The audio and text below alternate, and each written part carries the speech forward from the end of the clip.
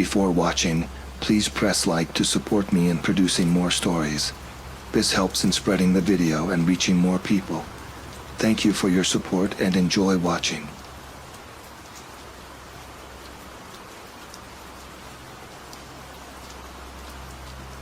The smell of fresh-cut pine filled my nostrils as I wiped the sweat from my brow. It was a scorching August afternoon in 2018, and I was standing on the skeletal frame of what would soon be a luxury cabin, overlooking one of the pristine lakes that dotted the Coeur d'Alene National Forest. The view was breathtaking. Miles of dense evergreen forest stretched as far as the eye could see, broken only by the occasional glint of sunlight off distant water. I'm Tom Hawkins, a carpenter by trade. At 35, I'd been in the business for over a decade, but this job was something else.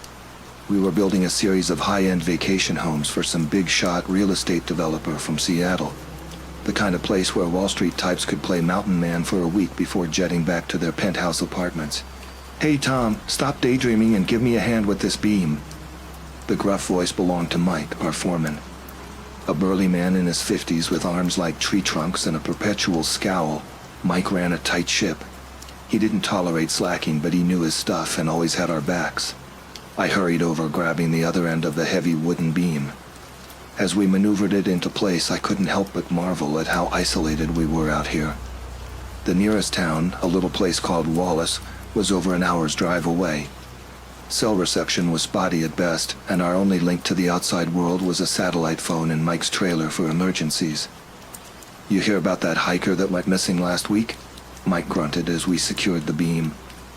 I shook my head. News traveled slow out here. Yeah, some college kid from Boise.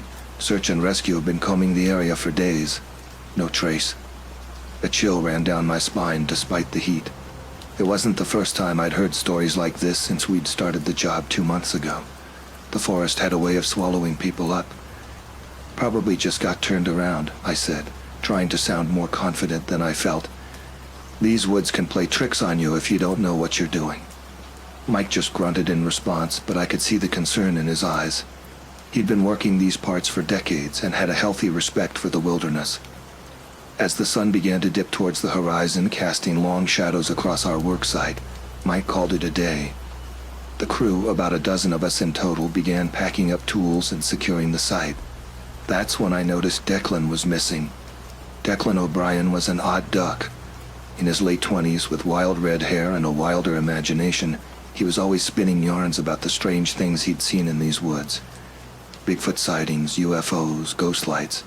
You name it, Declan had a story about it. Most of us wrote it off as bullshit, but there was something in the way he told those tales that always left me wondering. "Anyone seen Declan?" I called out. A chorus of shrugs and headshakes answered me. "Great. I'll go find him," I sighed, grabbing my flashlight, probably off chasing Sasquatch again. Mike nodded, tossing me the keys to his truck. "Take the F-150, and Tom, don't be long. These woods ain't friendly after dark." I caught the keys and headed for the old Ford, a knot forming in my stomach. I'd never admit it to the guys, but something about the forest at twilight set me on edge. The way the shadows seemed to move when you weren't looking directly at them. The strange sounds that echoed through the trees, too varied to all be from animals we could explain. As I started up the truck and pulled onto the rough logging trail that served as our access road, I tried to shake off the unease. It was just Declan being Declan. Probably lost track of time while exploring some haunted grove or whatever his latest obsession was. But as the trees closed in around me and the last of the daylight faded, I couldn't shake the feeling that something was watching me from the deepening shadows. Something that didn't want us here. Little did I know, this was just the beginning. In the coming days, I'd learned that some of Declan's stories weren't as far-fetched as we'd all believed, and that sometimes the real monsters aren't the ones in campfire tales. They're the ones waiting just beyond the light, with teeth and claws all too real. The old Ford rattled and groaned as I navigated the rutted logging trail. Shadows deepened around me, the forest pressing in on all sides. I'd driven this road 100 times in daylight, but now, with darkness falling, it felt like venturing into another world entirely. My flashlight beam caught the reflective eyes of something in the underbrush. Probably just a deer, I told myself, ignoring the way my heart rate picked up. The rational part of my brain knew there was nothing to fear. Black bears and mountain lions were a possibility, sure, but attacks were rare. Still, some primal part of me couldn't shake the feeling of being watched, hunted. "Get it together, Tom," I muttered, shaking my head. Declan's crazy stories must be getting to me. Speaking of Declan, where the hell was he? I'd been driving for about 15 minutes with no sign of him. Just as I was about to turn back, convinced he must have returned to camp by another route, I spotted something that made my blood run cold. There, illuminated in my headlights, was Declan's battered hard hat lying in the middle of the road. I pulled over, the truck's engine ticking as it cooled. The silence that fell when I cut the ignition was absolute. No crickets, no owls, not even the rustle of wind through the trees. Just dead silence. "Declan?" I called out, my voice sounding thin and reedy in the stillness. "Declan, you out here?" No response. With shaking hands, I grabbed my flashlight and stepped out of the truck. The beam of light danced across the undergrowth as I approached the hard hat. No signs of a struggle, no blood. That was good, right? I picked up the hat, turning it over in my hands. That's when I noticed the claw marks. 3 deep gouges ran along the brim, as if something with massive, sharp claws had swiped at it. "Jesus," I whispered, nearly dropping the hat in shock. A twig snapped somewhere in the darkness to my left. I whirled, heart pounding, flashlight beam cutting through the gloom. Nothing, just endless trees and shadows. Declan?" I tried again, hating the tremor in my voice. "This isn't funny, man. Come on out." Another snap, closer this time. And then, carried on a sudden gust of wind, a smell hit me. Like rotting meat and wet dog. So strong it made my eyes water. I gagged, stumbling back towards the truck. That's when I saw it. Just for a second, illuminated in the flashlight's beam, a pair of eyes reflecting back at me from the darkness. Not the dull reflection of a deer or a raccoon. These eyes gleamed with an unsettling intelligence, and they were huge, set too high off the ground to belong to any animal I knew. I didn't think, I ran. Scrambling into the truck, I fumbled with the keys, my hands shaking so bad I could barely get them in the ignition. The engine roared to life and I slammed it into drive, tires spinning in the loose gravel as I accelerated. In the rearview mirror, I caught a glimpse of something. A massive dark shape moving with impossible speed through the underbrush. I pushed the old truck to its limits, branches whipping against the windows as I tore down the narrow road. It felt like hours, but it was probably only a few minutes before I burst out of the tree line and into the clearing where our camp was set up. I screeched to a halt, the truck's headlights illuminating a cluster of confused faces. "Tom? What the hell?" Mike approached, concern etched on his weathered features. "Where's Declan?" I stumbled out of the truck, Declan's damaged hard hat clutched in my white-knuckled grip. The words tumbled out of me in a rush.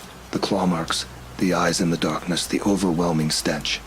With each detail, I could see the disbelief on their faces turning to concern. All right, calm down," Mike said, his voice steady but his eyes betraying his worry. "We'll get a search party together. Whatever's out there, we'll find Declan." As the crew mobilized, gathering flashlights and walkie-talkies, I couldn't shake the image of those eyes in the darkness. Deep down, I knew we were no longer the hunters in these woods. We were the prey.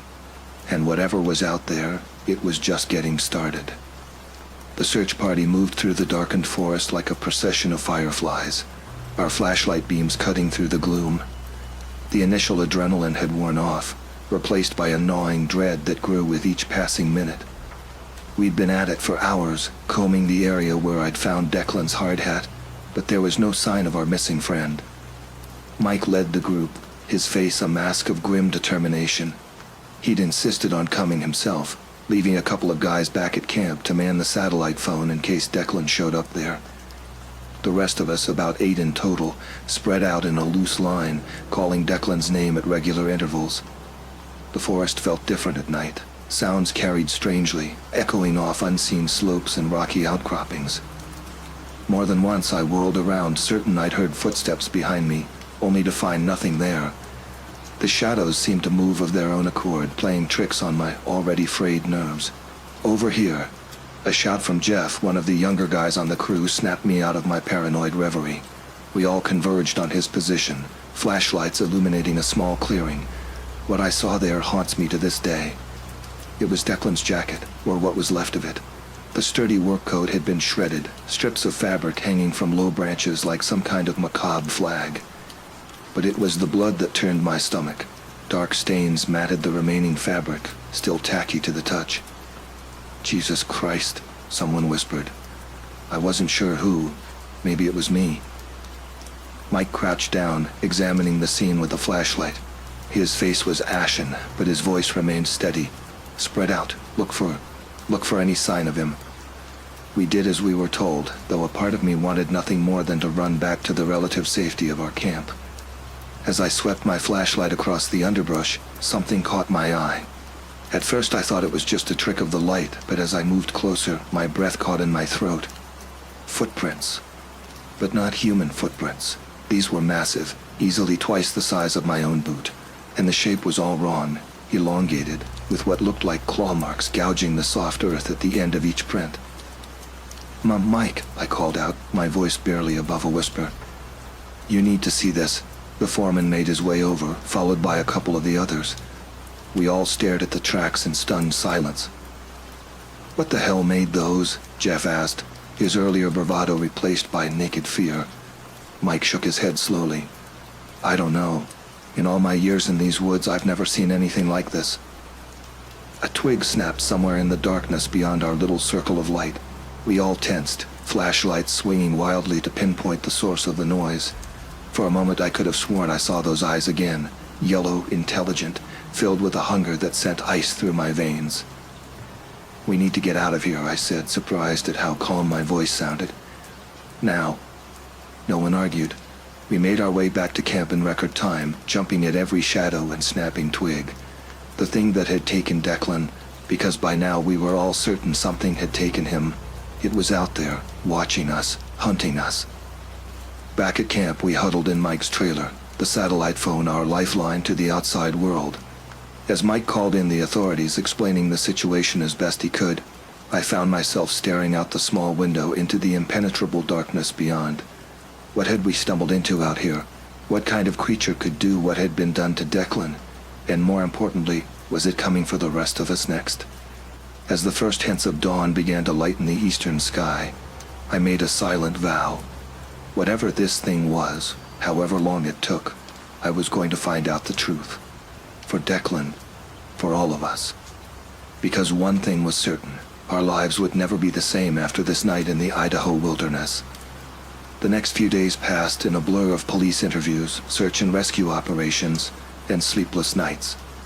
The authorities arrived in force, local sheriff's deputies, state police, even a couple of FBI agents.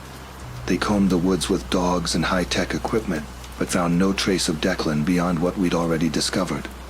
Our worksite became a hub of activity, with helicopters buzzing overhead and grim-faced men in uniforms tramping through the underbrush.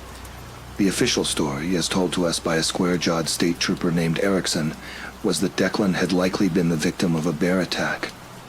"Black bears aren't usually aggressive," Erickson explained, his tone carefully neutral. "But if he surprised one or got between a mother and her cubs..." He trailed off, letting the implication hang in the air. I wanted to argue, to tell him about the massive footprints, the intelligence I'd seen in those yellow eyes. But one look at Mike's warning glare kept me quiet. We'd all agreed to keep the weirder details to ourselves, at least until we could make sense of what had happened. As the days wore on and the search turned up nothing, an uneasy tension settled over our camp. Work on the cabins had been suspended indefinitely, but none of us felt right about leaving. It was as if we were all waiting for something, though none of us could say exactly what. It was on the fourth night after Declan's disappearance that things took another turn for the strange.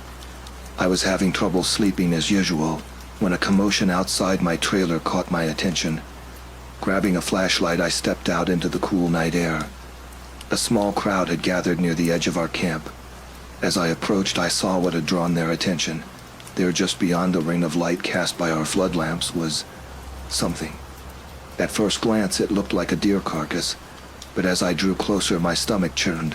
The animal had been torn apart. its innards strewn across the forest floor in a grotesque display. But it was the arrangement that sent a chill down my spine. The viscera had been laid out in a deliberate pattern, almost like some kind of twisted symbol. "What the hell?" I whispered, fighting the urge to vomit. Mike pushed through the crowd, his face grim. "Everyone back to your trailers, now."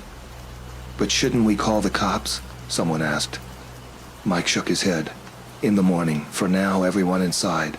And for God's sake, stay alert." As we dispersed, I caught Mike's eye.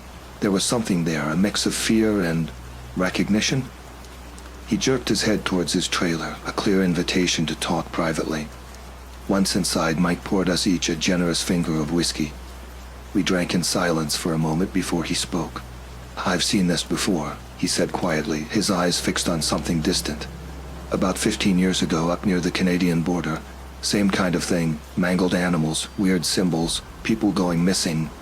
I leaned forward, my heart pounding. "What was it?" Mike took another swig of whiskey. "Never found out for sure. The official story was a cult, some whack jobs playing games in the woods. But I saw things, Tom.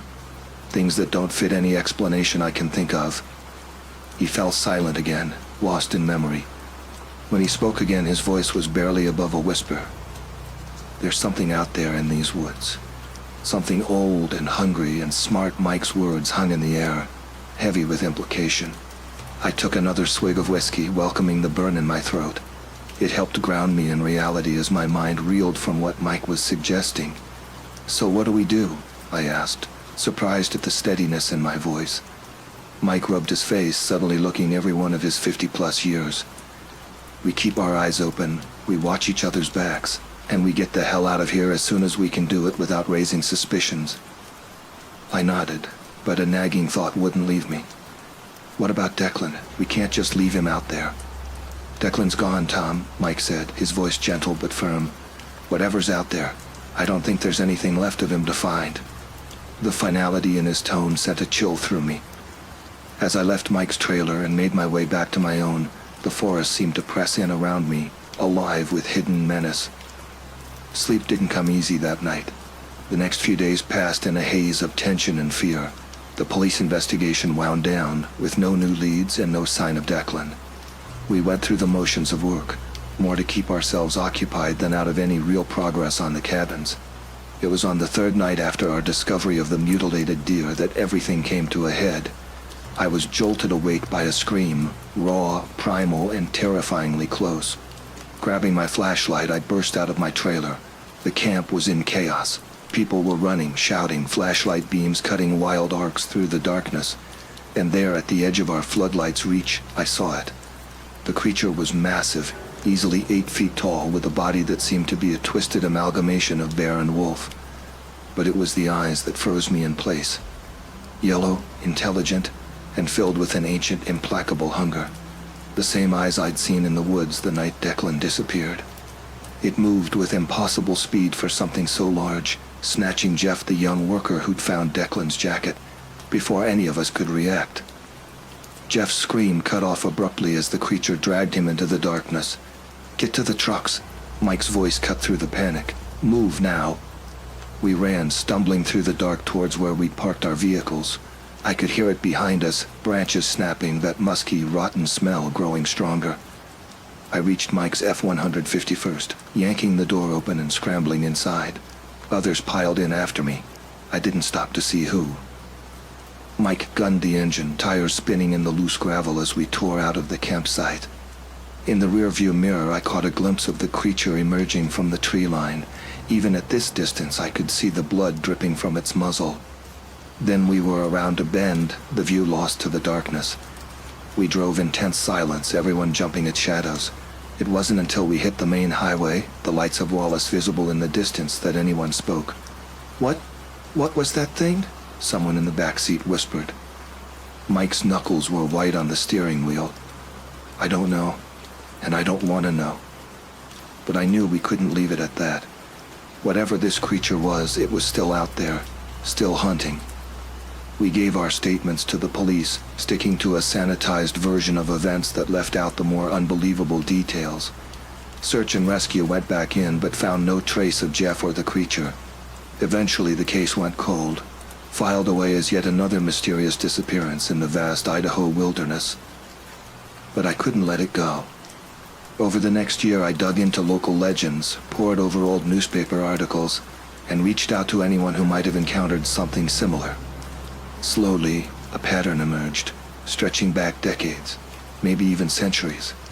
Sightings of a creature that defied explanation, disappearances that were never solved. It was a year to the day after our encounter that I found myself driving back up that logging road, alone this time. I knew it was foolish, probably suicidal, but I needed answers. The work site was overgrown now, nature reclaiming what we'd carved out of the forest. As night fell, I set up camp in the shell of one of the unfinished cabins, a shotgun close at hand. Hours passed. The forest was alive with normal nighttime sounds, crickets, owls, the rustle of small animals in the underbrush.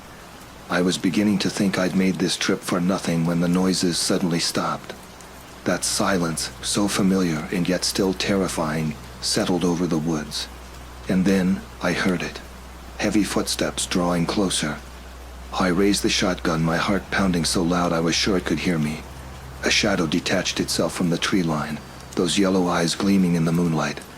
For a long moment we just stared at each other. I knew I should run, should shoot, should do something. But I was transfixed. Then to my utter shock it spoke. The voice was like gravel and thunder, barely recognizable as words, but unmistakably intelligent. "You came back," it rumbled. "Brave, foolish." Questions tumbled from me. What was it? Why was it here? What did it want? But as the night wore on and we talked, I realized the answers were both simpler and more complex than I could have imagined. It was old, so old it had forgotten its own origins. It had been here long before humans came to these lands, and would likely be here long after we were gone. It hunted, yes, but not out of malice, just as a wolf doesn't hate the deer it chases. As dawn broke, the creature melted back into the forest. I was left with more questions than answers, but also a profound sense of the world's mysteries, of the things that lurk just beyond the edge of firelight, in the deep woods and wild places. I never saw the creature again, though sometimes on dark nights when the wind whispers through the pines, I think I catch a glimpse of yellow eyes watching from the shadows. A reminder that there are things in this world beyond our understanding, things that remind us that we are not and have never been at the top of the food chain. To this day, I'm not sure if anyone will believe my story. Hell, most days I'm not sure I believe it myself. But I know what I saw, what I experienced, and I know that out there in the vast wilderness of Idaho, there are secrets waiting to be discovered, mysteries that defy explanation. And sometimes, on nights when the veil between worlds seems thin, I find myself looking to the mountains, wondering if it's still out there, watching, waiting, reminding us that there are some things humans were never meant to fully understand. Years have passed since that night in the Idaho wilderness. I've moved on, or at least I've tried to. Got married, had kids, settled into a comfortable life in the suburbs. But I've never forgotten. Sometimes I'll catch a news story about another mysterious disappearance in those mountains, about strange sightings or unexplained phenomena, and I'll wonder, I've never told anyone the full story of what happened out there. Who would believe me? But I keep watch. I stay prepared, because I know the truth that most people never learn. The monsters are real. They're out there in the dark spaces of the world. And sometimes, if we're not careful, they find their way into the light. So if you ever find yourself in those Idaho woods, and the night grows quiet, and you feel eyes upon you, run, run, and don't look back. Because not all mysteries are meant to be solved, and some hungers can never truly be satisfied.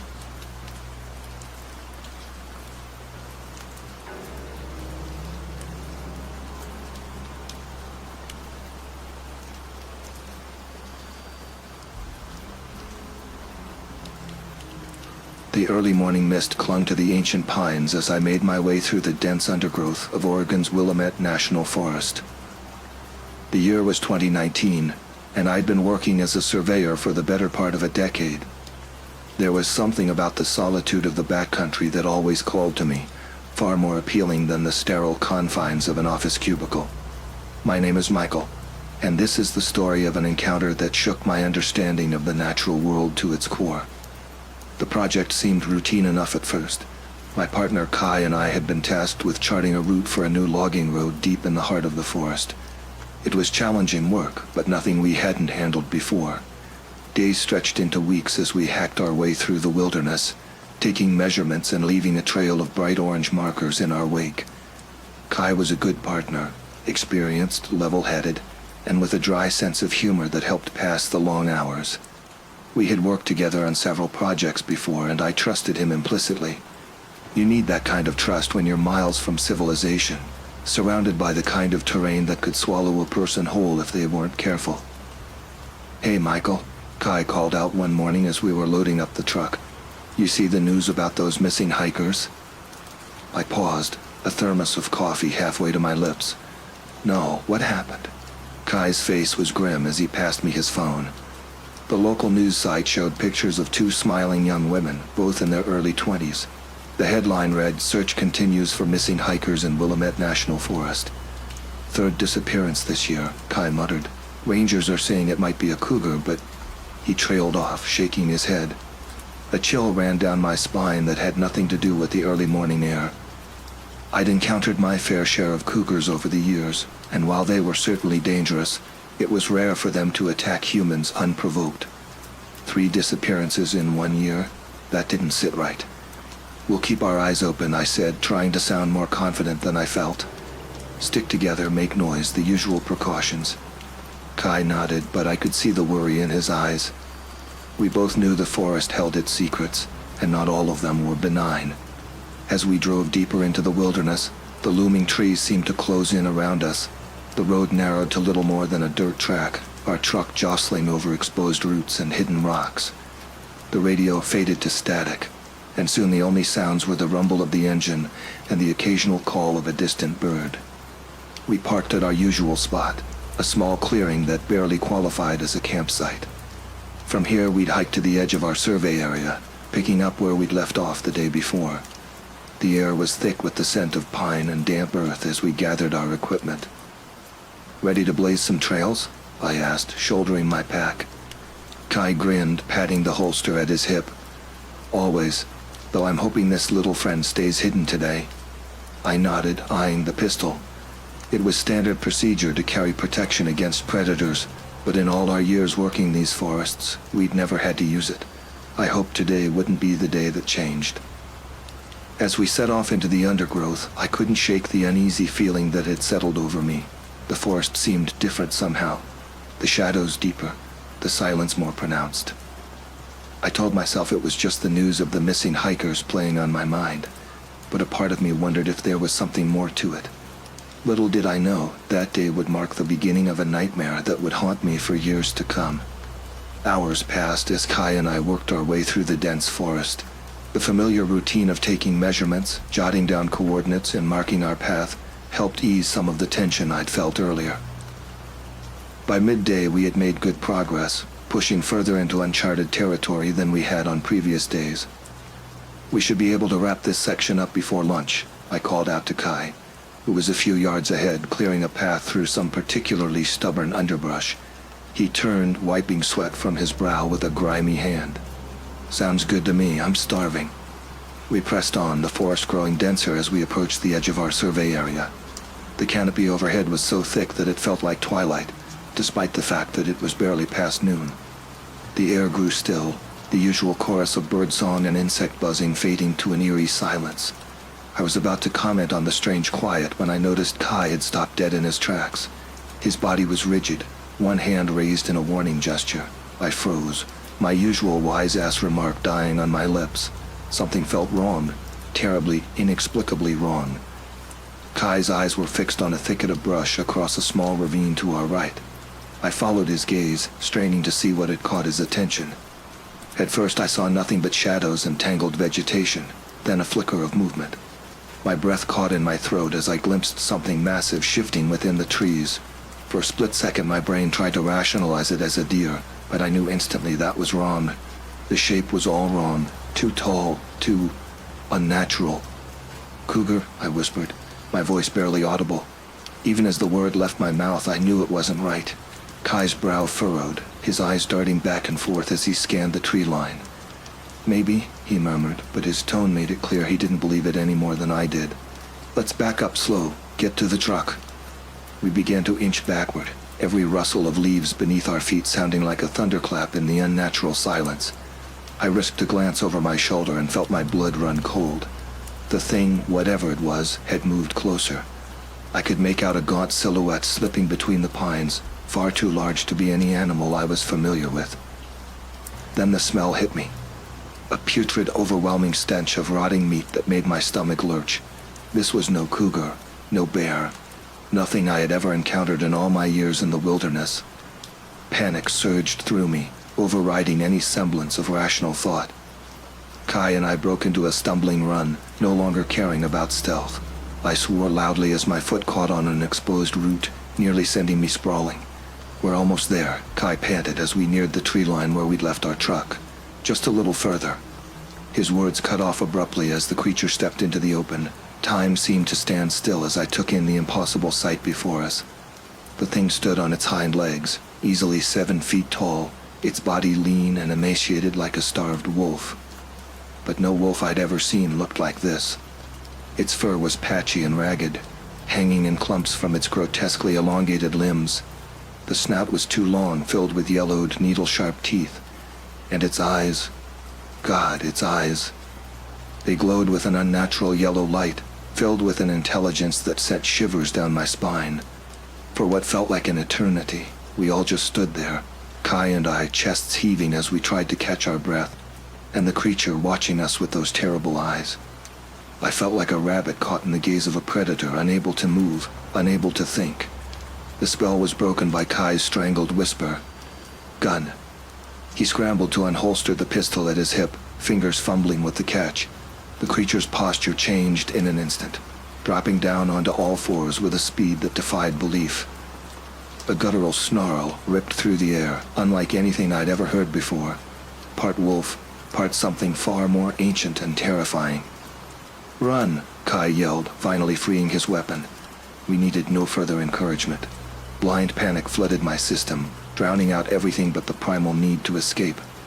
Kai's pistol roared as we raced towards the relative safety of our truck, the sound unnaturally loud in the stillness of the forest.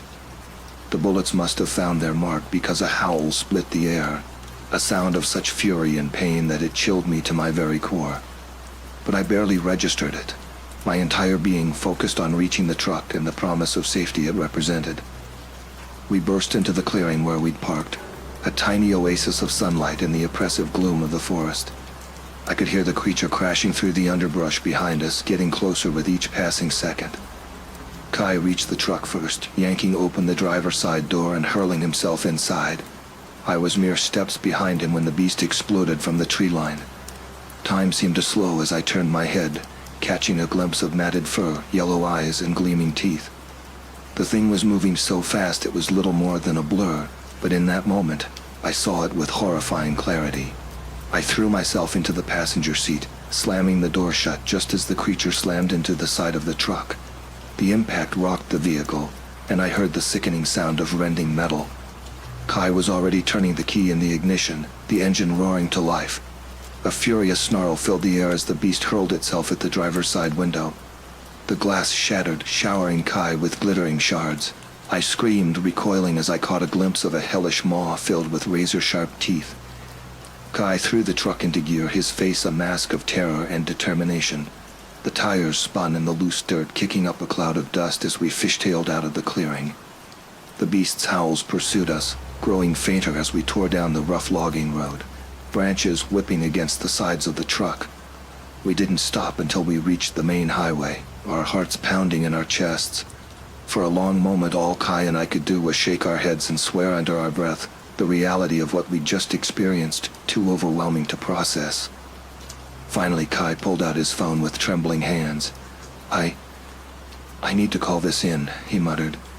I nodded numbly, still struggling to come to terms with what I'd seen. As Kai spoke to the ranger station, describing what he called a mangy dog attack, I noticed he left out the truly bizarre aspects of our encounter. I couldn't blame him. Who would believe us? The next few days passed in a blur. Animal control set some traps in the area but caught nothing. The search for the missing hikers continued, but no trace of them was ever found. Kai and I gave our official statements, sticking to a sanitized version of events that wouldn't raise too many eyebrows.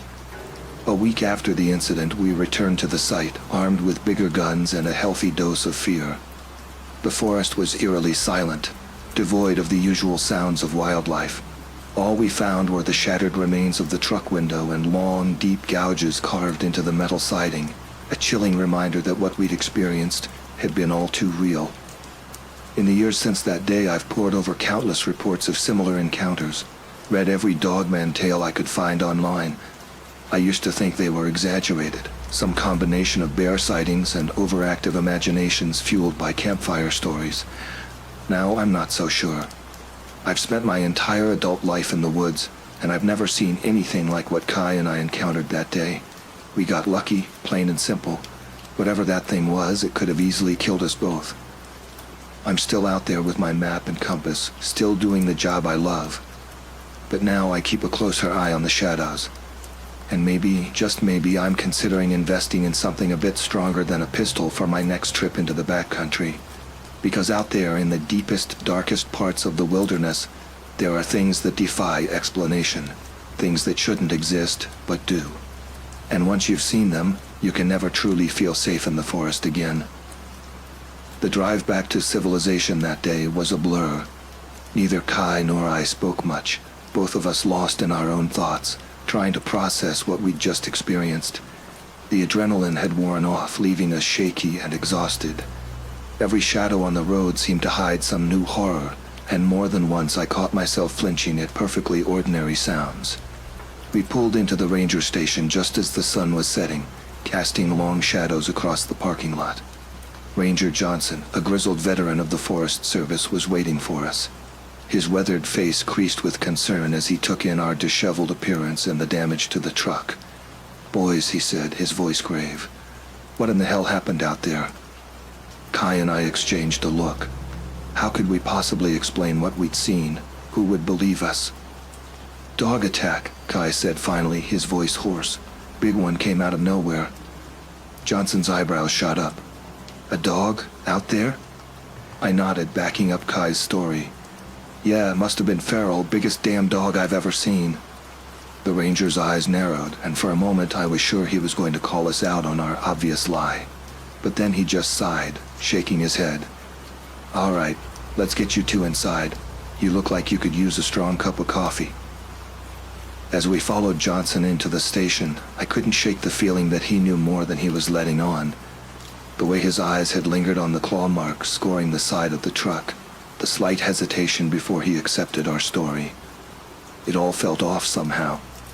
Inside, we gave our official statements, sticking to the sanitized version of events we'd agreed upon. A large, aggressive animal, possibly a feral dog. No, we didn't get a clear look at it. Yes, we fired warning shots. No, we didn't think we'd hit it. Throughout the questioning, I could feel Johnson's eyes on us, studying our faces as if trying to read between the lines of our story. When we finished, he leaned back in his chair, his expression unreadable. "You boys are lucky," he said finally. "We've had incidents in that area before. Nothing quite like this, but..." He trailed off, his gaze distant. "What kind of incidents?" I asked, my curiosity overriding my exhaustion. Johnson seemed to snap back to the present. "Oh, you know, the usual. Hikers going off trail, getting lost. Animal attacks, nothing to worry about." But there was something in his tone that set off alarm bells in my head. I glanced at Kai and saw my own unease reflected in his eyes. "Anyway," Johnson continued, standing up, "we'll send a team out to investigate in the morning. For now, you two should head home, get some rest. You've had quite a day." As we left the station, the sun had fully set, plunging the world into darkness. The forests that surrounded us suddenly seemed more threatening, the shadows deeper and more foreboding. I found myself scanning the tree line, half expecting to see a pair of glowing yellow eyes staring back at me. "You think he bought it?" Kai asked as we walked to our cars. I shrugged. "I don't know. But did you get the feeling he wasn't telling us everything? Kai nodded slowly. Yeah, like he's seen something like this before. We stood there for a moment, the weight of the day's events pressing down on us. Finally, Kai spoke again, his voice barely above a whisper. What do we do now? It was a question I'd been asking myself since we'd escaped that thing. What do you do when you've seen something that shouldn't exist, when the world as you know it has been turned upside down? We keep quiet, I said finally. At least for now. No one would believe us anyway. Kai nodded, relief evident on his face. Yeah, you're right. We just go back to our lives, pretend it never happened. But even as I agreed, I knew it wouldn't be that simple. You can't unsee something like that. You can't just forget and move on. The memory of those glowing eyes, that unnatural howl, would haunt me for years to come. The next few weeks were a blur of sleepless nights and anxious days. Every time I closed my eyes, I saw that creature. Its impossible form burned into my retinas. The sound of its howl echoed in my dreams, jolting me awake in a cold sweat. I threw myself into work, taking on extra projects, anything to keep my mind occupied. But even as I pored over maps and charts, a part of me was always alert, always watching the shadows. The forest that had once been my sanctuary now felt like a threat, hiding untold horrors behind every tree. Kai wasn't faring much better. We met for beers about a week after the incident, both of us looking haggard and sleep-deprived. "You been sleeping?" he asked, though the dark circles under his eyes told me he already knew the answer. I shook my head, taking a long pull from my beer. "Not really, you?" "Same," he sighed. "Keep seeing that thing every time I close my eyes." We sat in silence for a moment, the weight of our shared secret hanging between us. "I've been doing some research," I said finally, "looking into similar sightings, unexplained disappearances in the area." Kai's eyes widened. And there's more out there than I thought, a lot more. I pulled out my phone, showing him a website I'd found. "Look at this, dozens of reports all over the Pacific Northwest, people seeing things that match what we saw, hikers going missing without a trace." Kai scrolled through the site, his face growing paler with each passing moment. "Jesus," he muttered, "how have we never heard about this before?" I shrugged. Most people write it off as folklore, urban legends, but after what we saw... "You think it's all connected?" Kai asked, his voice barely above a whisper. "I don't know," I admitted, "but I think we need to find out." Over the next few months, Kai and I dove deep into the world of cryptozoology and unexplained phenomena. We pored over old newspaper articles, combed through online forums, and even reached out to a few self-proclaimed Bigfoot hunters in the area. Most of what we found was clearly nonsense, blurry photos that could have been anything. Second-hand accounts that changed with each retelling. But there were a few reports that stood out, cases that bore an eerie similarity to our own encounter. One in particular caught my attention. In 1978, a logger named Frank Dobson reported seeing a wolf-like creature standing on two legs in the Willamette National Forest. His description matched what we had seen almost perfectly: the height, the elongated limbs, even the yellow eyes. "We need to talk to this guy," I told Kai one evening as we sat surrounded by stacks of printouts and old books. Kai frowned. "Michael, that was over 40 years ago. What makes you think he's even still alive?" I grinned, holding up a piece of paper. "Because I found him. Frank Dobson, 85 years old, living in a retirement community just outside of Eugene." 2 days later, we were sitting in Frank Dobson's small apartment, surrounded by fishing trophies and faded photographs. Frank was a small man, wizened with age, but his eyes were sharp and alert as he studied us. "So," he said, his voice gravelly with age, "you boys want to know about the Wolfman, huh?" We nodded, and Frank leaned back in his chair, his gaze distant. "It was 78, like I told the papers back then. I was out marking trees for cutting, way out in the deep woods, place where most folks never go." He paused, taking a sip of water. "That's when I saw it, standing there, bold as brass, staring right at me." Frank's description matched our experience almost exactly. The height, the lean body, the yellow eyes. But there was more. "It wasn't alone," Frank continued, his voice dropping to almost a whisper. "There were others moving in the shadows. I could hear them, see their eyes glowing in the dark. A chill ran down my spine. Others? How many? Frank shrugged. Couldn't say for sure. 3, maybe 4, but they were there watching, waiting. As we left Frank's apartment, my mind was reeling. It wasn't just one creature we were dealing with. There was a whole pack of them out there. What do we do now? Kai asked as we drove back to town. I gripped the steering wheel tightly, my knuckles white. We go back, I said. We find proof. It took weeks of planning and preparation. We gathered equipment, better cameras, night vision goggles, even a few trail cams we planned to set up in the area where we'd had our encounter. We also invested in some serious firepower, just in case.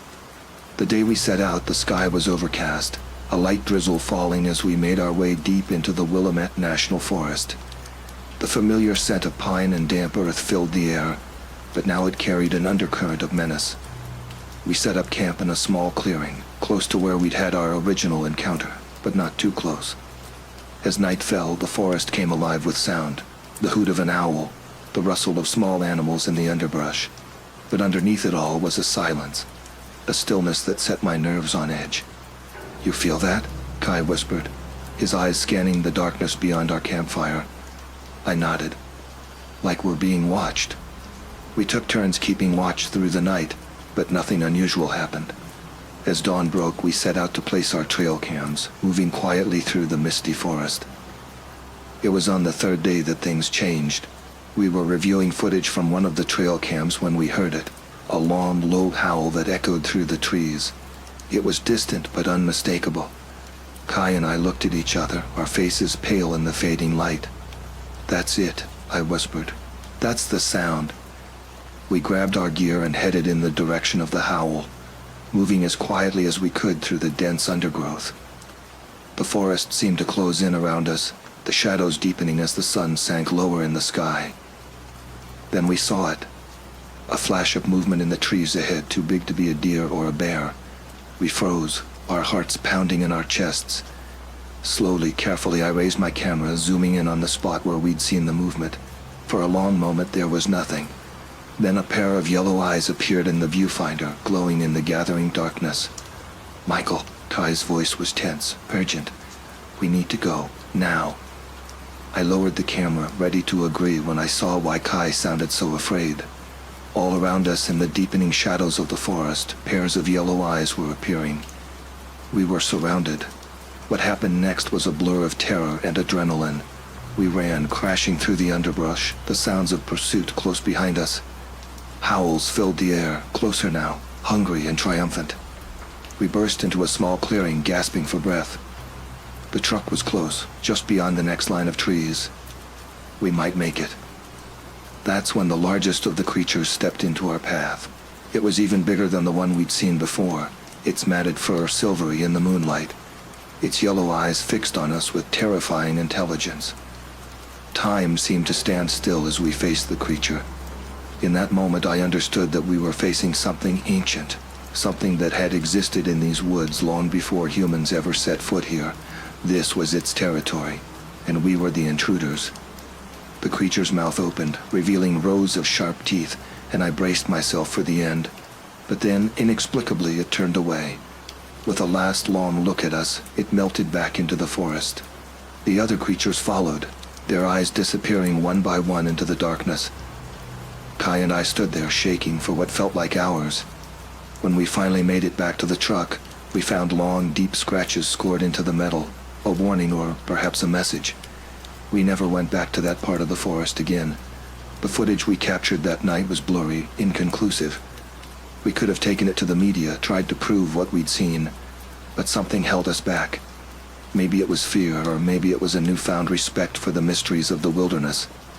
Years have passed since that night, but I still dream of yellow eyes watching me from the shadows. The forest holds many secrets, and some of them, I've learned, are better left undiscovered. But on quiet nights, when the wind whispers through the trees, I sometimes wonder about those creatures. Are they still out there, moving silently through the ancient woods? And if they are, how long have they been there? How long will they remain, hidden from the world of men, guarding their secrets in the deep, dark heart of the forest?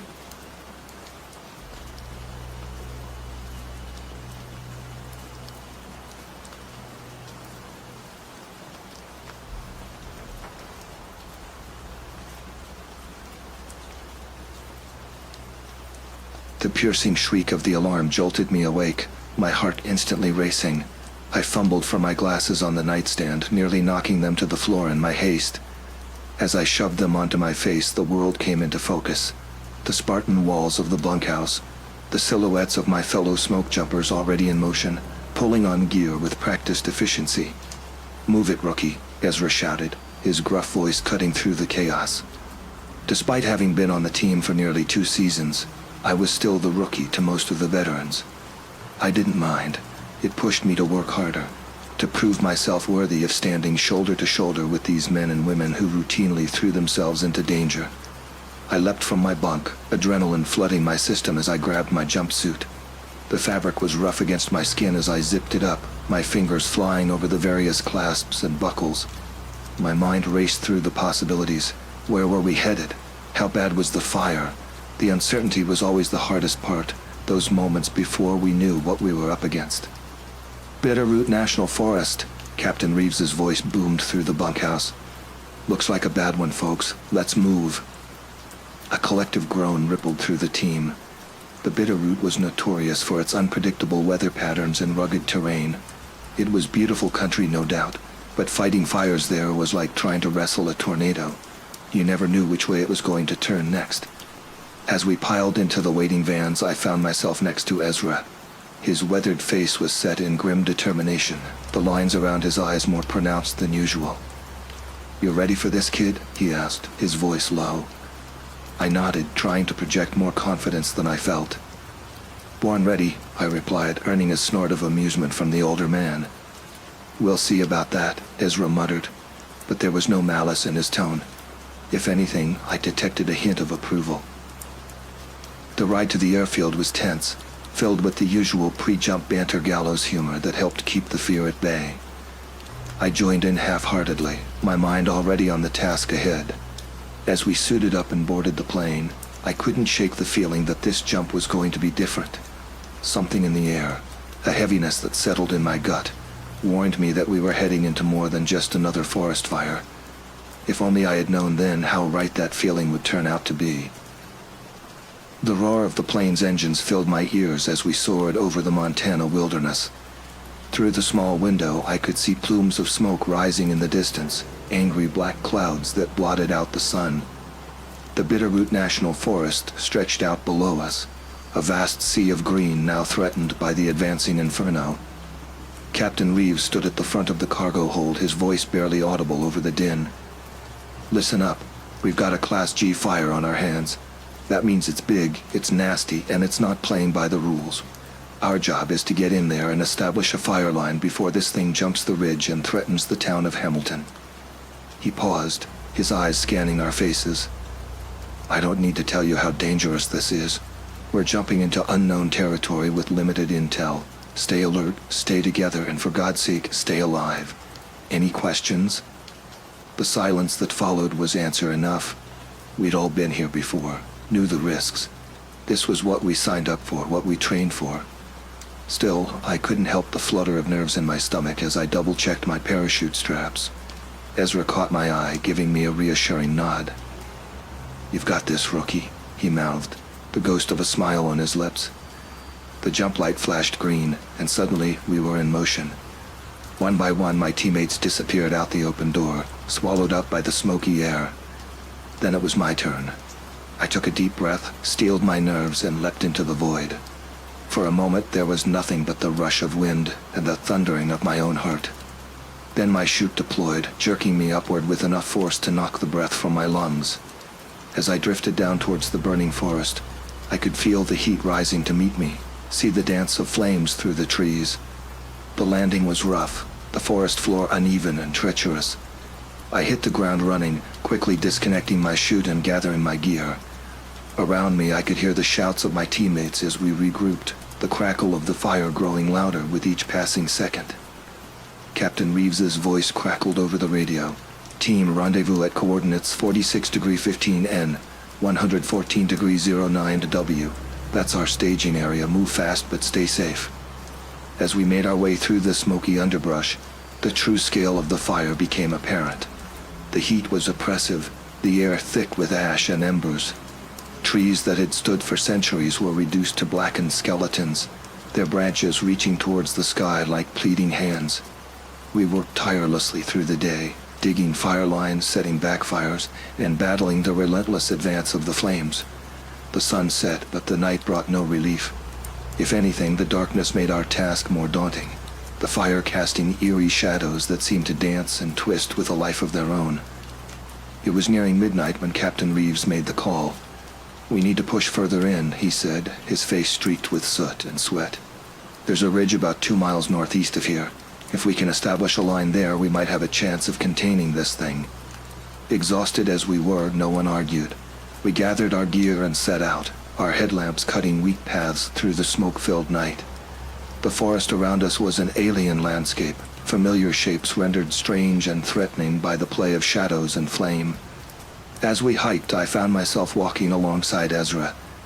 The older man's breathing was labored, but his stride never faltered. "You holding up okay, kid?" he asked between breaths. I nodded, not trusting my voice. The truth was I was running on fumes. Every muscle in my body ached, and the constant assault of heat and smoke was taking its toll. But I'd be damned if I'd be the first to show weakness. Ezra seemed to sense my fatigue. "First rule of smoke jumping," he said, his voice low and gruff. "Know your limits. There's no shame in speaking up if you're pushing too hard. Better that than making a mistake that gets you or someone else killed." I appreciated his concern, but pride kept me silent. We pressed on through the night, the fire an ever-present threat at our backs. Little did I know that the true danger lurking in these woods had nothing to do with the flames we were fighting. The night wore on, each hour blending into the next in a haze of exhaustion and adrenaline. We worked in 2 lines, methodically clearing a path through the burned-out forest. The acrid smell of smoke filled my nostrils, and my eyes stung despite the protective goggles. Every so often a tree would collapse with a thunderous crack, sending showers of embers into the air. I lost track of time, my world narrowing to the rhythm of my tools. Chop, dig, douse, chop, dig, douse. The mantra kept me moving even as my muscles screamed for rest. Around me I could hear the labored breathing of my teammates, all of us pushing ourselves to the limit. It was Ezra's voice that broke through my fatigue-induced trance. "Hold up," he called out, his tone sharp with alarm. "You smell that?" I paused, inhaling deeply. At first all I could detect was the omnipresent odor of burning wood. But then, underneath it all, there was something else, a scent so foul it made my stomach churn. It was like rotting meat left out in the sun, mixed with something I couldn't quite place. "What the hell is that?" someone muttered behind me. Captain Reeves held up a hand for silence, his eyes scanning the tree line. In the eerie glow of our headlamps, his face looked gaunt and haunted. "Could be an animal caught in the fire," he said, but the uncertainty in his voice was clear. We stood there for a moment, frozen in indecision. The smell seemed to be getting stronger, carried on a wind that whispered through the charred branches. And then, out of the corner of my eye, I saw something move. "There!" I shouted, my voice cracking with a mixture of fear and exhaustion. My headlamp beam cut through the smoky air, illuminating a patch of forest just off to our left. At first, all I could make out was a dark shape, half hidden behind a fallen tree. But as we all turned to look, the shape resolved itself into something that made my blood run cold. It was a body, or what was left of one. Ezra was the first to approach, his movements cautious. I followed close behind, my heart pounding so hard I could feel it in my throat. As we got closer, the full horror of what we were seeing became apparent. The body was stretched out on the forest floor, its limbs bent at unnatural angles. But it wasn't human, at least not entirely.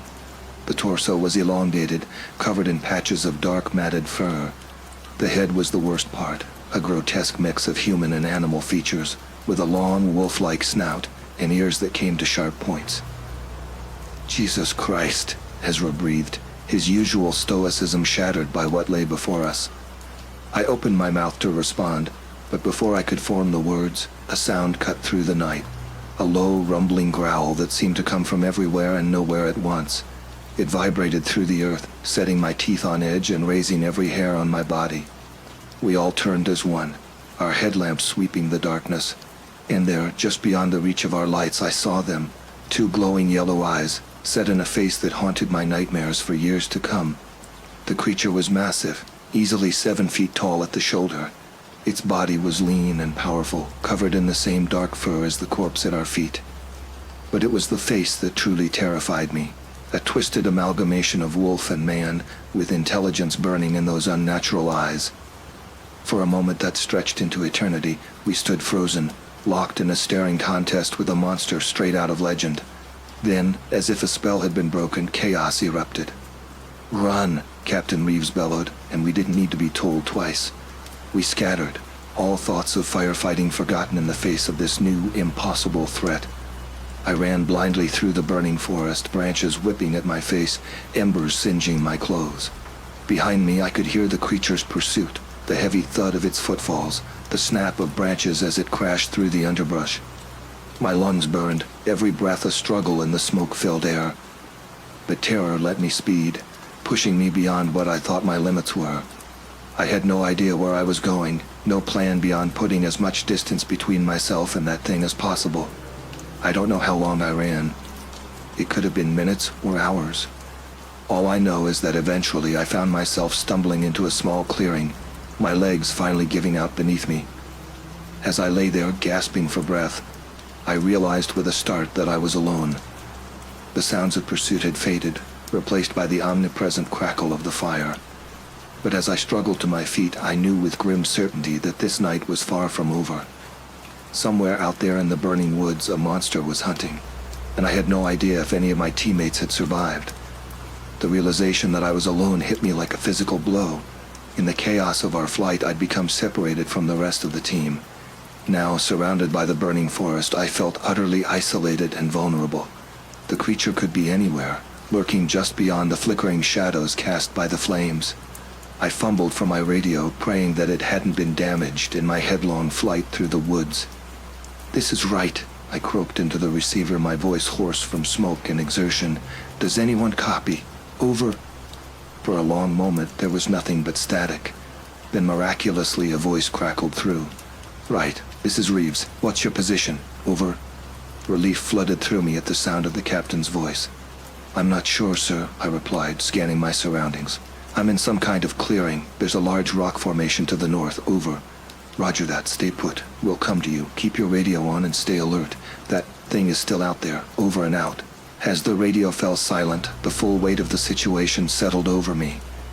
I was alone in a burning forest, being hunted by a creature that shouldn't exist. My training had prepared me for many dangers, but nothing like this. I took stock of my situation.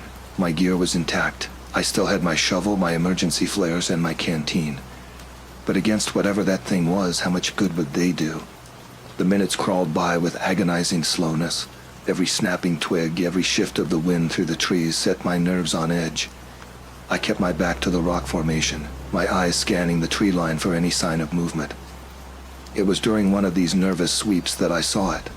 A flash of yellow eyes in the darkness, there and gone so quickly I almost convinced myself I'd imagined it. But the low growl that followed, barely audible over the crackling of the flames, confirmed my worst fears. The creature was here, watching me, toying with its prey. My hand tightened on the shaft of my shovel, a pathetic weapon against the monstrosity I'd seen earlier, but better than nothing. I considered using one of my flares, but hesitated. The light might scare the creature off, but it would also give away my position to any of my teammates trying to find me. As I stood there, frozen in indecision, a figure burst from the tree line. For a heart-stopping moment, I thought the creature had finally decided to attack. But then I recognized the familiar orange of a firefighter's suit. "Ezra," I called out, relief flooding through me. The older man stumbled into the clearing, his face a mask of exhaustion and fear. "Kid," he gasped, doubling over to catch his breath. "Thank God, I thought I was the only one left." Before I could respond, another growl ripped through the night, closer this time. Ezra's head snapped up, his eyes wide with terror. "It followed me," he whispered. "Oh God, it followed me here."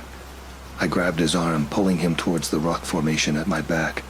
"Come on," I urged. "We need to find a defensible position." We scrambled up the rocks, the rough stones scraping our hands as we climbed.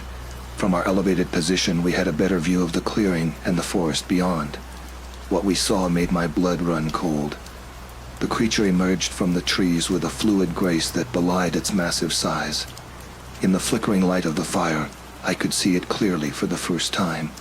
It was even more terrifying up close, a nightmarish fusion of wolf and man, with slavering jaws and claws that looked sharp enough to rend steel. It paused at the edge of the clearing, its nose lifted to the air as it scented us. Those intelligent yellow eyes locked onto our position, and I knew with grim certainty that our meager height advantage wouldn't deter it for long. "What do we do?" Ezra whispered, his usual bravado completely evaporated in the face of this impossible threat. I reached for my flares with trembling hands. "We fight," I said, trying to project a confidence I didn't feel. "And we pray the others find us soon."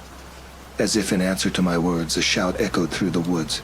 "Right, Ezra, where are you?" The creature's head whipped around, a low growl rumbling from its chest. For a moment it seemed torn between us and the new potential prey. That moment of hesitation was all we needed. "Here!" I shouted, my voice cracking with desperation. "We're here!" I struck the flare, the sudden burst of red light momentarily blinding me. The creature snarled, backing away from the intense glow. Ezra followed suit, igniting his own flare. The clearing was bathed in an eerie, blood-red light that cast long, dancing shadows. "Keep your eyes on it," Ezra muttered, his voice tight with fear. "Don't let it out of your sight." The creature paced at the edge of the clearing, its yellow eyes reflecting the flare light like twin flames. It was waiting, I realized with a chill, waiting for our meager defenses to fail, for exhaustion to overtake us. It had all the time in the world. Minutes stretched into what felt like hours. My arms ached from holding the flare aloft, and I could feel my strength waning. Beside me, Ezra's breathing was labored, his face slick with sweat despite the cool night air. Just as I felt my grip on the flare beginning to slip, a crashing sound came from the forest. The creature's head snapped towards the noise, its ears pricked forward. For a heart-stopping moment I feared it was about to retreat into the woods, denying us the small security of keeping it in sight. But then figures burst from the tree line. Captain Reeves and the rest of our team, armed with axes and shovels. They took in the scene with wide eyes, Ezra and me perched on the rocks, flares held high, and the monstrous creature poised at the edge of the clearing. "What in God's name?" Reeves breathed, his usual composure shaken. The creature, outnumbered now, let out a bone-chilling howl that raised the hair on the back of my neck. Then, with one last baleful glare in our direction, it turned and loped into the forest, quickly swallowed by the shadows and smoke. For a long moment no one moved. The only sounds were the crackling of the fire and our ragged breathing. Then, slowly, Ezra and I climbed down from our perch, our legs shaky with fatigue and fading adrenaline. "Report," Reeves barked, his gruff tone betraying his own shock and fear.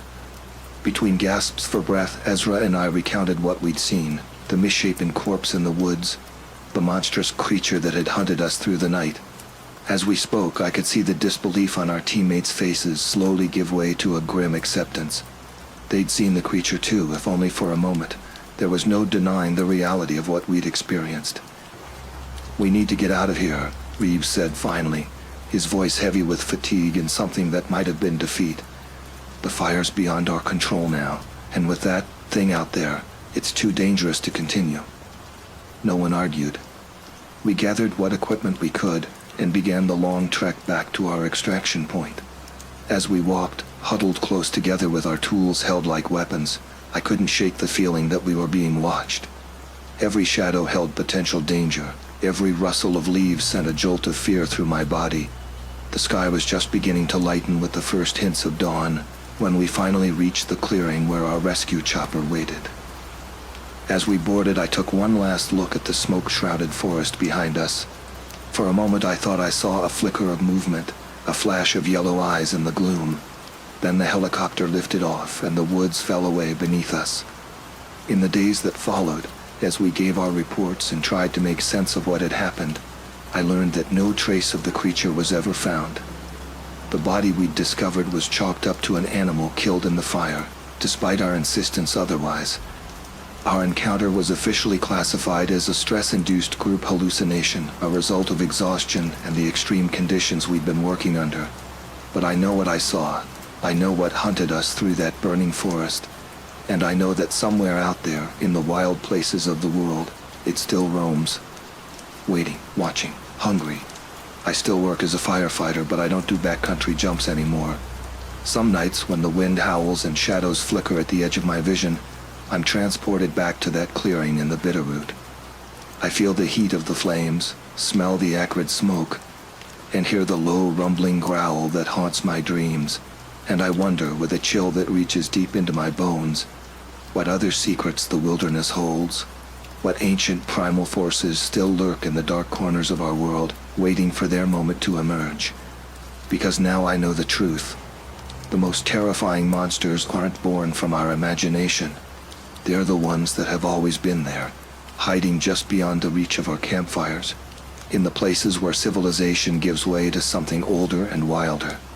The beast in the burning woods opened my eyes to a world I never knew existed, a world where legends walk and nightmares breathe. And though I've tried to put that night behind me, to rationalize and forget, a part of me remains forever changed. Because once you've looked into the eyes of the impossible, once you've felt the breath of myth on your neck, you can never truly go back to the world you knew before. So I tell my story to those who'll listen and those who'll scoff, and I warn them, respect the wild places, fear the shadows, and always, always keep your fire burning bright. Because you never know what might be lurking just beyond the light, waiting for your flame to flicker and die.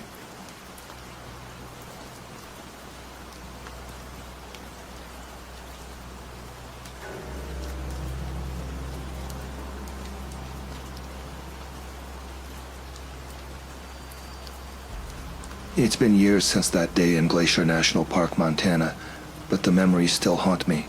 I've tried to push them away, to convince myself it was all some sort of hallucination brought on by stress or exhaustion. But deep down, I know what I saw was real.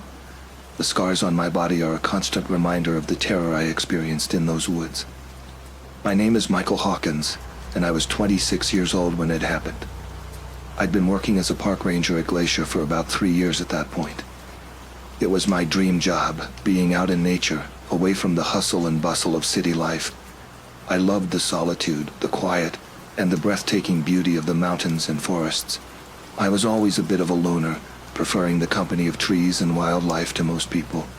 Don't get me wrong, I enjoyed interacting with the visitors to the park, answering their questions and helping them have a safe and enjoyable experience. But at the end of the day, I was happiest when it was just me in the wilderness. That summer had been particularly busy. Tourist season was in full swing, and we'd had a few incidents with unprepared hikers getting lost or injured. Nothing too serious, thankfully, but it kept us rangers on our toes. By mid-August, things were starting to calm down a bit, and I was looking forward to some quieter patrols. It was on one of these patrols that everything changed. August 17th, 2019, a date that's seared into my memory. The day started like any other. I woke up early in my small cabin on the outskirts of the park, made myself a strong cup of coffee, and reviewed the day's assignments. I was scheduled to check out the South Loop Trail that day. It's one of the less popular trails in the park, winding through some of the older growth forests. I always enjoyed patrolling this area. There was something almost primeval about those ancient trees, their massive trunks stretching up towards the sky, their canopies so thick they blocked out most of the sunlight. As I got dressed in my ranger uniform, the familiar olive green shirt and pants, sturdy boots, and wide-brimmed hat, I felt a strange sense of unease. It was subtle, just a slight twisting in my gut, but it was enough to make me pause. I shook it off, chalking it up to the extra strong coffee I'd brewed that morning. I packed my gear for the day: first aid kit, radio, map, compass, flashlight, extra batteries, water, and some high-energy snacks. Standard stuff for a day out on the trails. I also made sure to bring my bear spray, always a necessity in grizzly country. Little did I know how useless it would prove to be against what I was about to encounter. The drive to the trailhead was uneventful. It was a beautiful day, clear blue skies with just a few wispy clouds. The sun was warm on my skin as I got out of my truck and double-checked my gear. I took a deep breath, savoring the crisp mountain air and the scent of pine. As I started down the trail, I went through my mental checklist. Look for any signs of erosion or damage to the path. Check for fallen trees or other obstacles. Keep an eye out for any unusual animal activity. It was all routine, something I'd done hundreds of times before. The first mile or so of the trail was open and sunny, winding through meadows dotted with wildflowers. I saw a few hikers, mostly older couples, out for a morning stroll. I chatted with them briefly, reminding them to stay on the marked path and to be aware of wildlife. It was as I moved deeper into the forest that things started to feel off. The trees grew denser, their branches intertwining overhead to create a thick canopy that blocked out much of the light. The temperature dropped noticeably and the air became heavy with moisture. I'd been on this trail many times before, but something felt different that day. The usual sounds of the forest bird song, the rustle of small animals in the underbrush seemed muted, almost as if the woods themselves were holding their breath. That's when I first noticed the smell. It was faint at first, just a whiff of something unpleasant carried on the breeze. I paused, trying to identify it. It wasn't the normal sense of the forest, not decaying leaves or damp earth. This was different. Musky, almost like wet dog, but far stronger and with an underlying note of something I couldn't quite place. I'd received reports from a few hikers over the past week about a strange odor in this area. We'd assumed it was probably a dead animal, maybe a deer or elk that had died off the trail. It wasn't uncommon, especially as we got closer to fall and food became scarcer. I'd made a mental note to keep an eye out for the source of the smell, thinking I might need to arrange for the carcass to be removed if it was too close to the trail. But this didn't smell like any dead animal I'd ever encountered, and believe me, in my years as a ranger, I'd come across my fair share of decomposing wildlife. I continued down the trail, the smell growing stronger with each step. It was becoming almost overwhelming, and I found myself breathing through my mouth to try and lessen the impact. My unease from earlier that morning returned, stronger now, a cold knot forming in the pit of my stomach. That's when I heard it, a sharp crack, like a branch breaking underfoot, coming from just ahead on the trail. I froze, my hand instinctively going to the bear spray on my belt. "Hello?" I called out, my voice sounding unnaturally loud in the quiet forest. "This is Ranger Hawkins. Is anyone there?" Silence. Not even an echo of my voice came back to me, just that oppressive quiet and the faint sound of water dripping somewhere off in the trees. I took a few cautious steps forward, eyes scanning the underbrush on either side of the trail. The smell was so strong now it was making my eyes water. "If there's someone there, please identify yourself," I said, trying to keep my voice steady and authoritative. Movement caught my eye, a large, dark shape slipping between the trees to my left. My breath caught in my throat. My first thought was bear, but even as the word formed in my mind, I knew it wasn't right. Whatever I'd seen was too tall, too lean to be a bear. But if not a bear, then what? "Come on out," I said, hating the way my voice shook slightly. "I'm not here to cause any trouble. Just need to make sure everything's okay." Nothing moved. The forest remained silent, save for that constant drip, drip, drip of water. Only, I suddenly realized the sound wasn't coming from off in the trees anymore. It was behind me. I spun around, my heart pounding so hard I could feel it in my throat. There was nothing there. Just the empty trail stretching back the way I'd come, dappled shadows playing across the ground. Every instinct I had was screaming at me to run, to get out of there as fast as I could. But years of training kicked in. I was a ranger. It was my job to investigate anything unusual, to ensure the safety of the park and its visitors. I couldn't just run away because I was spooked by a weird smell and some strange noises. I took a deep breath, trying to calm my racing heart. "Okay," I muttered to myself. "Let's think this through logically. What could it be?" As I stood there, running through possibilities in my mind, I became aware of a new sound. A low, rumbling growl, so deep I felt it more than heard it, and it was coming from right behind me. I whirled around, and that's when everything went to hell. Something huge slammed into me, knocking me off my feet. I hit the ground hard, the impact driving the air from my lungs. Before I could even think about getting up, an enormous weight landed on my chest, pinning me to the forest floor. The stench was overwhelming now, a miasma of musk and rot that made me gag. I caught a glimpse of matted dark fur and teeth. Dear God, the teeth. They were longer than any dogs or wolves I'd ever seen, yellowed and wickedly sharp. But it was the eyes that truly terrified me. They glowed in the gloom of the forest, a sickly yellow-green that seemed to pulse with an inner light. They were intelligent eyes, far too intelligent for any animal I'd ever encountered. In that moment, I knew with absolute certainty that what was on top of me wasn't natural. It wasn't any kind of animal known to science. This was something else, something that shouldn't exist. The creature shifted its weight, and I felt claws rake across my chest, tearing through my shirt like it was tissue paper. Pain lanced through me, hot and sharp. I screamed, the sound tearing from my throat before I could even think about holding it back. I thrashed wildly, kicking and flailing with every ounce of strength I possessed. It did nothing. The creature didn't even seem to notice my struggles. Its head lowered towards my face, jaws opening to reveal row upon row of those terrible teeth. My hand, scrabbling desperately in the dirt and leaf litter, closed around something solid, a rock. Without conscious thought, I swung it up with all my might, smashing it into the side of the creature's head. It let out a high-pitched yelp of surprise, rearing back slightly. The pressure on my chest lessened just enough for me to draw in a gasping breath. I kicked out, my boot connecting solidly with what I hoped was its snout. The creature stumbled back, giving me just enough room to scramble to my feet.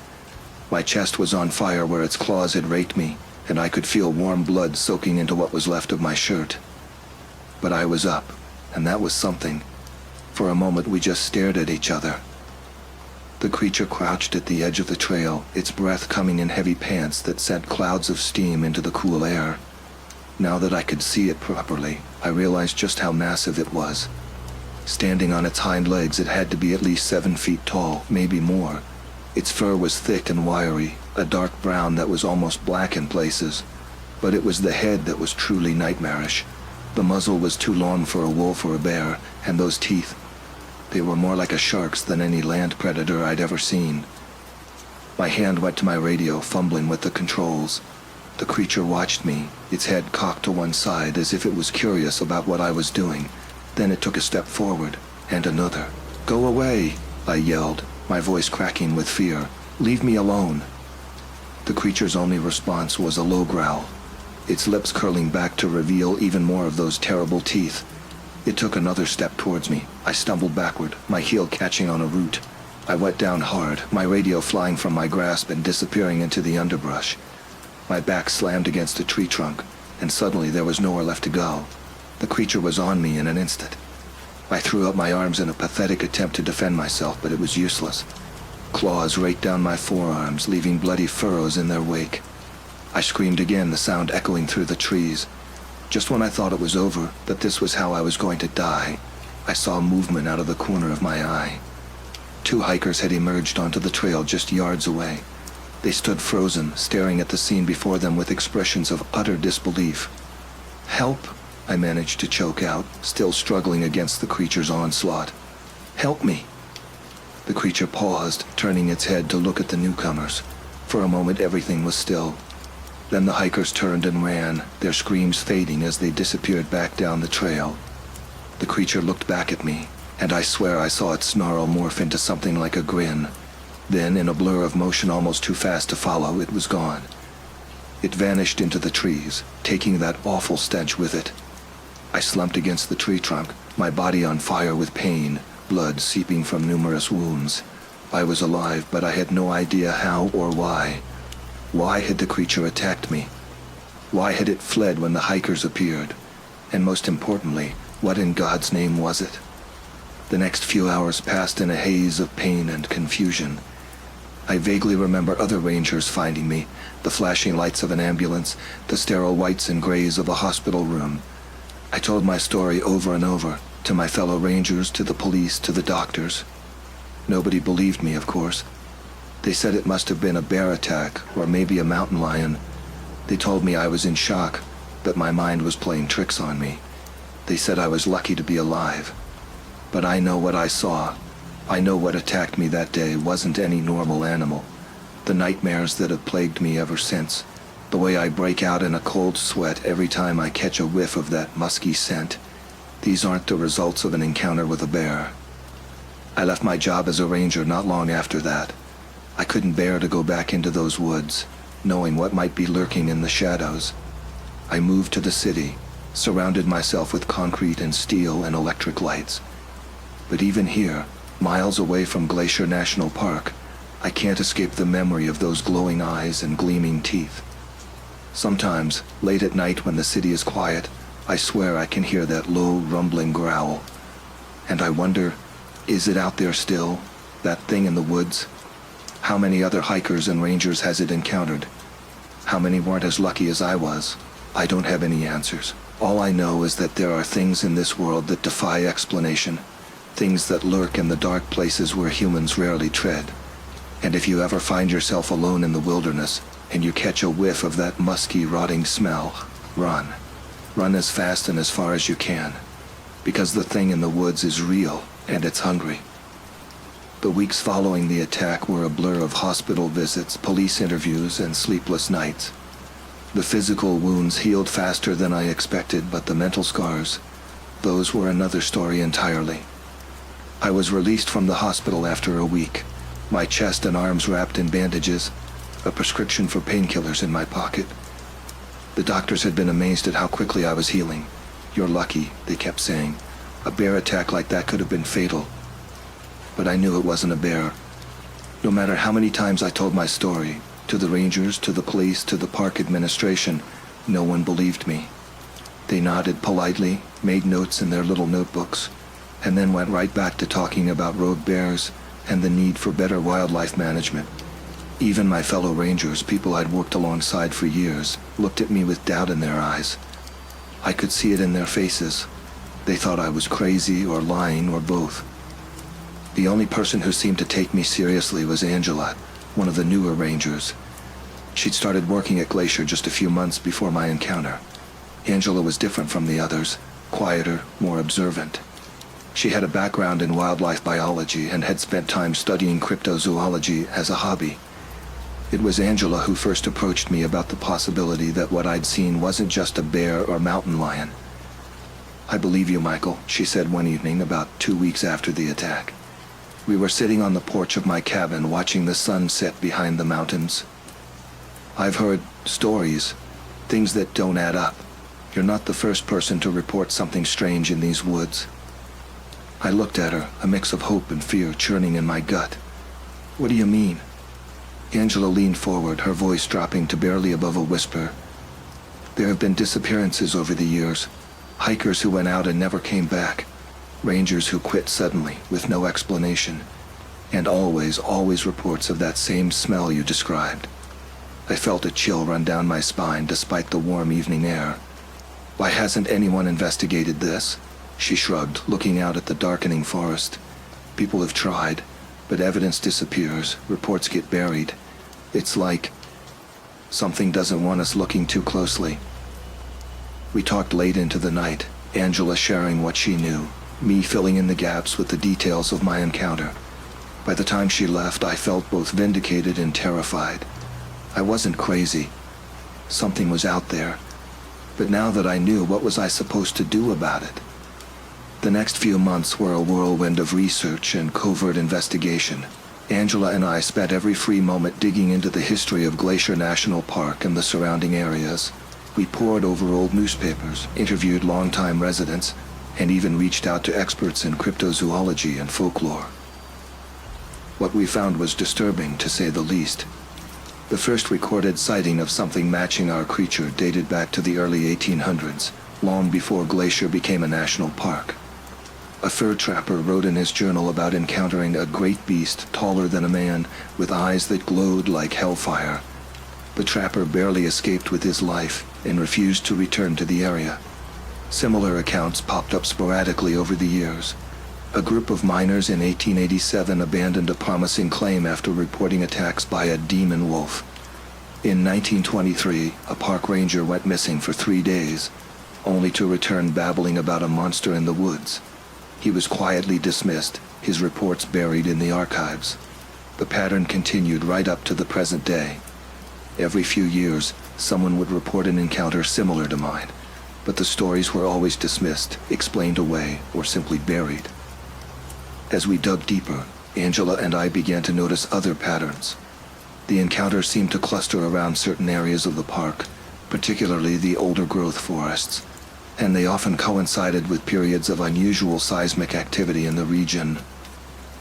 "What if," Angela proposed one night, her eyes bright with excitement and fear, "what if this thing isn't just some undiscovered animal? What if it's something older, something that's been here long before us?"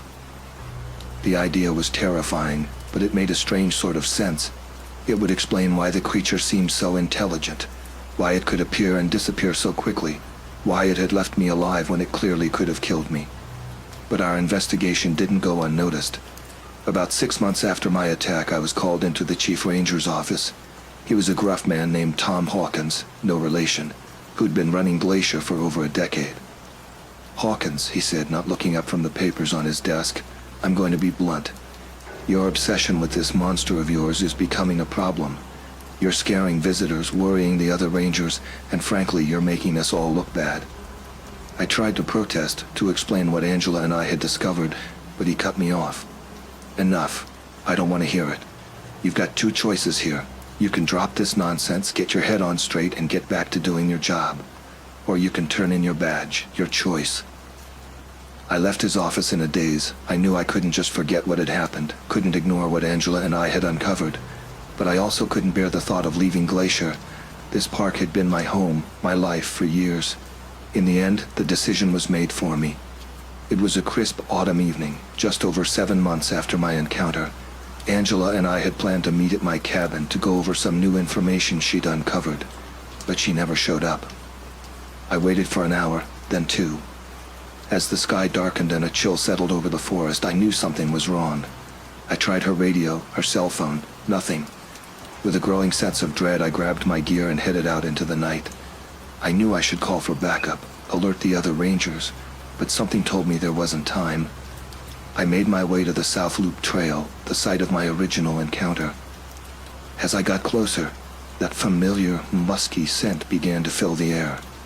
My heart pounded in my chest, every instinct screaming at me to turn back, but I couldn't. Not if Angela was in danger. I found her pack first, torn and bloody, lying just off the trail. Then I heard it. A low rumbling growl that seemed to come from everywhere and nowhere at once. "Angela!" I shouted, my voice echoing through the trees. "Angela, where are you?" A scream answered me, high and panicked, coming from deeper in the forest. I plunged off the trail, crashing through the underbrush, my flashlight beam dancing crazily across the trees. I burst into a small clearing and froze. There in the center was the creature. It was even larger than I remembered, its massive form hunched over a prone figure on the ground. "Angela!" Without thinking, I charged forward, yelling at the top of my lungs. The creature's head snapped up, those terrible yellow eyes fixing on me. For a moment, we just stared at each other. Then, to my amazement, it backed away from Angela. I rushed to her side. She was alive but badly injured, deep claw marks scoring her legs and torso. I pulled off my jacket, trying to staunch the bleeding. A low growl made me look up. The creature was still there, watching us, but it made no move to attack. Instead, it seemed almost curious. "What are you?" I found myself asking, my voice shaking. "Why are you doing this?" To my shock, the creature cocked its head, almost as if it understood me.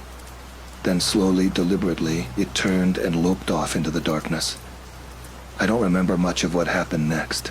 I somehow managed to get Angela back to the trail to call for help. The next few days were a whirlwind of hospital visits, police interviews, and difficult conversations with the park administration. In the end, I did leave Glacier National Park. Not because I was fired, but because I chose to go. I knew I couldn't stay, couldn't pretend everything was normal when I knew what was out there in the woods. Angela recovered from her injuries, but like me, she couldn't bring herself to return to work at the park. We stayed in touch, continuing our research from afar, trying to make sense of what we'd experienced. Years have passed since then. I've traveled to other wilderness areas, other national parks, following reports of similar creatures. I've connected with others who've had encounters like mine, building a network of believers and investigators. And always, I find myself drawn back to Glacier. I'll stand at the edge of those familiar forests, breathing in the scent of pine and watching the shadows move between the trees. And I'll wonder, is it still out there? Is it watching me even now? I don't have answers, not really. But I know what I saw, what I experienced. I know there are things in this world that defy explanation, creatures that lurk in the dark places where few humans venture. So if you find yourself in the wilderness, in those old growth forests where the trees grow thick and the shadows run deep, be careful, be aware. And if you catch a whiff of that musky, rotting smell, don't dismiss it.